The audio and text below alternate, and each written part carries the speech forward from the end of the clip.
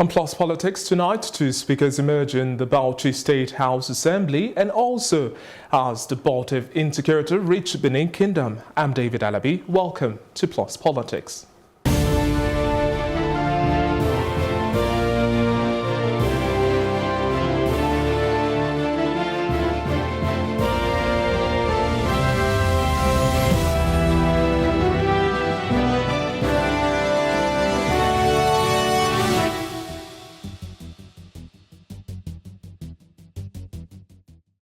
Many thanks for joining us on tonight's show. Now, our first focus, the Bauchi State House of Assembly has produced two speakers, one from the People's Democratic Party and another from the All Progressives Congress. It was reported that some lawmakers of the Assembly had arrived at the complex early in the morning and elected Abubakar Suleiman of the APC as the Speaker of the House. However, another set of lawmakers, 18 of them, conducted a parallel election in front of the Assembly complex and at about 11 a.m. since they were not allowed into the legislative chamber earlier. Now, Danlami Kanwule of the PDP was also elected as the Deputy Speaker by the same group of lawmakers. The question is, who is the real winner this time around? Joining me in our Lagos studio, I have Francis Chilaka, a political analyst. Good to have you join us. Thank you very much. Now, Francis, what do you make of this situation now? Following the parallel inauguration, we see two lawmakers laying claims to the speakership seat. Well, I mean, it's sad, it's painful, in the sense that these two persons are from the same party. But the difference is that one of them is being supported by members of PDP. So I think that is where the problem is coming from. But ordinarily, I would think that the former governor has a hand in all of this. So you would say it's a proxy battle between the APC-dominated assembly as well as Governor Bala Mohammed-led executive. But I think, well, it's not just there. It's just that some other states have been smart. Some other state governors have been smart. I read a report where somebody said that the governor should have reached out to the members of the House of Assembly. But I think it is totally wrong. It's not healthy. It's not good for our democracy when governors who have left office begin to meddle with the governance of the current government. It is totally wrong. It's totally unacceptable. I think that what should happen is that once you've left office, go and rest. Like they will say, everybody go to farm. So I think that all these governors that have finished their tenure should go and farm rather than being busy trying to install their cronies in office, as if it's like the whole thing is just like a mafia arrangement, cartel, where everybody wants to be in charge. So that's why you're having this problem in Bauchi State. But I would say that at the end of the day, what will happen is that the governor will prevail. His candidate will prevail. It's going to happen. And how crucial is this really to have this prevail, really? Well, we'll say that it's necessary because if you go back to even Mr. President, his first 4 years, he said he couldn't function because of the Senate President. Exactly. Yeah, so, to a large extent, yes, the Speaker has a way of affecting governance in the state. Because if you have a smart and articulate Speaker, the governor will be on his toes. But what a lot of these governors want is they want a Speaker from the same party loyal to them. But in the case where we have two individuals from the same party as well, that also brings to bear the divides within the party, wouldn't you say? You had it at the national level. So it's not just at the state level. Everything you have happening at the states has happened at the national. And talking about the national level now, would you say that, according to the APC Secretary Bako Hussaini, he alleged that the government employed tactics to create a situation similar to what played out in 2015 at the National Assembly, trying to install minority over majority? Well, I don't know who they're calling minority right now because two of them are from the stance there. So, sometimes some of these politicians just make utterances and they don't really think of what they're saying. You have two people from the same party and you're talking of minority. So who is the minority there? Is it because the other people are saying, this is who we want? Don't forget, this is democracy. People are free to choose who they think can listen to them and who they think they can work with. So I think I don't understand what the secretary is saying I don't understand what he means by minority. There is no minority. They're both of the same party. And talking about the inauguration now, the chairman of the PDP, of the state, Hamza Akuma, also said that the inauguration was not unnecessarily postponed, but due to logistics issues. And even if you look at it, the APC still holds majority there, so it isn't any manipulation from their own camp. Well, this is what will play out eventually. It has happened in Imo State. It's going to happen in other states. Our politicians are interested in their pocket. They're all money conscious. It's not about the people, I keep saying it. It's about them. Watch out, in the next few weeks, a lot of them will decamp to PDP. Don't forget, the governor pulls the shots. He calls the shot. He's in charge. They will decamp. It's what is happening now is horse trading. Everybody wants to see how and what they can get out of a situation like this. Would you call this an anomaly, or it's now the norm that should be expected? All of these intrigues and politicking and gimmicks being played. It is because you keep having professional politicians. What does that mean? People who have no other job other than politics. So they must remain relevant in the political system. But if you elect people who, for instance, they have a job, they know that they're going to go back to it. You know, then they have other things they would do when they're not in power. A lot of things will change. So a lot of Nigerian politicians have become, professional politicians. So for them, it's the beginning, it's the end, it's politics. And just a few days to the inauguration, we also saw the clerk of the assembly also allegedly removed. What do you make of that situation as well? The thing is, our country is becoming very funny because we're having a system where anybody wakes up and fires anybody. Does the Constitution allow that? When you say Constitution, a lot of things that's going on in this country, people are not even following the Constitution. Even those in governance, they're not following the Constitution. If you're talking of the Constitution, you heard that the governor allegedly stockpiled weapons. Where is that in the Constitution? So what are we talking about Constitution? I keep saying that we have two laws in Nigeria. Okay. We have one for the rich, we have one for the poor. Because what has happened in Ogun State, sadly, if it had happened if it was carried out by an ordinary Nigerian, that person will be behind bars. So we must have a system where the law is no respecter of anyone. But Nigerian law respects people. It looks you in the face and it decides whether it's going to be implemented or not. And what would now be your forecast for Bauchi State, having all of these events play out? We've seen the plot before, now it's to tell the after. Well, what will happen is that at the end of the day, Abubakar Suleiman will be the speaker. That's what's going to happen. Is that the will of the party or the will of the people? I think it's more of the will of the people. It's no longer about the party right now. Because if it's the will of the party, don't forget that, what's his name? Shehu Damina. Yes, Kawuwa Damina. Yes, he was a former speaker. Exactly. And if he was good, as he wants to claim, I don't think somebody would rise up to challenge him. So you're one of those that believe that he's not necessarily popular amongst his colleagues and he's just having the sole backing of the former governor? Exactly. That's my own position. If you looked at what played out in Imo State, you'll see what happened when, what's his name, Osuji also came back. When he came back to the house and came back to the party, he was made a speaker. He was suspended for 9 months or thereabout. And then he came back and became it because the people, understood where he was coming from. So if you're a popular person, you don't need all the fight to become a speaker.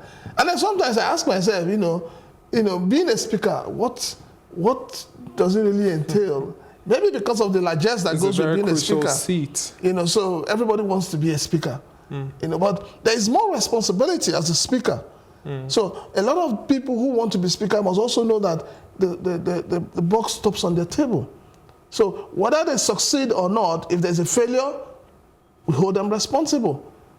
So we as a people now, with this new dispensation, let us start holding our leaders accountable. And defining the course for the next 4 years for the Bauchi State House of Assembly and other houses of assembly, now moving forward, how do we now begin to fine-tune this process? And you also talked about a whole lot of horse trading and possible defections here and there. How do we get things right, really? Because at the end of the day, the intrigues that happen within the National Assembly or State House Assembly affects the entirety of the three arms of government. And we've also seen how all of the back and forths just causes unnecessary stall. And like we rightly say, we cannot unnecessarily have frosty relationships between the executive and the House of Assembly. When people say frosty relationship, it's... you call it democratic processes? The thing is, we need to understand that there's checks and balances. Okay. We do not need to be on the same party for me to do my job. The relationship that should exist between the National Assembly, the State Assembly, the governor and the president should be one of checks and balance. Everybody overlooking the other person. Now, but when you have a situation where the Speaker or the Senate President is more like somebody that the presidency can control, then the checks and balances will be thrown off the window. So, in the next 4 years, what are we going to see? Like I said, we're going to see a lot of decamping here and there. But I think where we've gotten it wrong in our democracy is the fact that people decamp from one party that has brought them into power into another and they retain their seat. We should go back to the drawing board. If you come on board as a member of APC and you want to decamp to PDP, automatically you should give up. Using the example of the former president of the Senate, Bukola Saraki, as well, people called for his resignation of stepping down because he did not come in as president of the Senate under the platform of the PDP. That is what should happen. If that is put in place, it will create the checks and balances we're looking for. It will help good governance. How do we create these checks and balances then? The way to create it is to say, good, if you're from PDP, remain in PDP for the next 4 years. Try as much as possible to bring out what PDP stands for in the House. You don't say because, oh, the governor is from APC, and you feel that, oh, you will lose out from the largesse, you now decamp to. Would you now APC. say this should be enshrined in the country's constitution? We see necessary amendments because you faulted the fact that we don't follow the constitution, or you rather say it should rather be enshrined in the party's guidelines so that anybody coming under the platform has a clear understanding of... Don't forget that the party's guideline is secondary to the constitution. Exactly. For me, we don't have a constitution. I've always said that, and I'll still stand on it. What we have is a document that is one-sided. We need to shred this constitution. We need to sit down as a people on the round table and decide how we want to live together as Nigerians. The time for that is now. We need to do that. And in the area, going back to all of these, in the area where we see parties requesting that other candidates step down and we see a refusal and they're still going head on, that also causes distraction. How do you think that's democracy at work. Fine-tune this? That is democracy at work. You do not hunt people down. You allow people to express themselves. That is what democracy is all about. We must stop this whole thing about party deciding who to take what position or not. It's wrong. Let those who have been elected sit down and elect who they want. But those divides share the party's votes, isn't it? It doesn't matter. The party has done its own. The party has brought out its candidates. So the party should not be involved in who becomes what in the Senate or in the State House. People have been elected. They're coming under different party platforms. So let them decide there. Because each time the political parties keep interfering, most times they don't even care who takes the position. All they want is the interest of the so-called party leaders. The party has done its job. They've brought up candidates. Allow them to choose. Allow them to operate. So let's also talk about merit versus appointments, because that's what some people have also said. At the end of the day, the party just knows who they want to put in there as their little puppet, allegedly. the place of merit versus appointment, party appointment this time around, and moving forward in determining what sort of blueprint we would have for individual states going forward? Well, we need to start by having a proper dossier on everybody that's been elected. Sadly, during the elections and the campaigns, and the elections, you find out that you don't have pictures of the candidates on the ballot papers. What you have is the party. Do you need the pictures of the candidates? We need to come to that point where we need to have, we know that the party has, you have come as a candidate under this party, it ends there, it is you. We want to get a point to the point where we're selling individual credibility. Because what happens is most times is that the party can put anybody. When you go to primaries, what has happened in the past is that they do the primaries, this one emerges, the next day they remove him and they put who they want to put. But we need to come to that point where people are chosen by the people based on merit and credibility.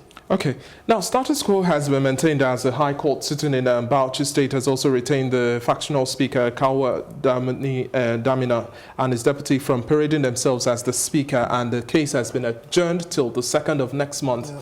We cannot necessarily go into the proceedings and the legalities and all of that, but would you expect this should be respected? Because we know sometimes politicians still go ahead flouting certain orders. Then that is where the judiciary too is getting it wrong. When they flout it, deal with them. Decisively. I mean, if there's a court injunction, obey the court injunction. Go back to status quo. Let things be the way they are. Don't forget that our law says that you are not guilty until proven guilty by the court of law. So let them, I mean, see, that's why I keep saying that we have two laws in Nigeria. And until the judiciary begins to stand their grounds and say, this is this, obey it, or we issue a bench warrant. But do you think our judiciary also understand political calculations in Nigeria? Really? They're not supposed to understand the political, they're not politicians. Because sometimes the adjournment and then all of these gives room for the, should I say, opposition to get their acts in order. No, but don't forget that you don't just expect to go to court and the court will hear your own side of the story. Yes, both parties are they need to hear both, yes. Exactly. And then the judge needs to go home and study the case. So you don't expect that because you just come into court today, you say your lawyer says his own, this lawyer says his own, and then the judge will give a judgment. No, it's not done. The judiciary is doing the best they can do within the corrupt system everybody is in.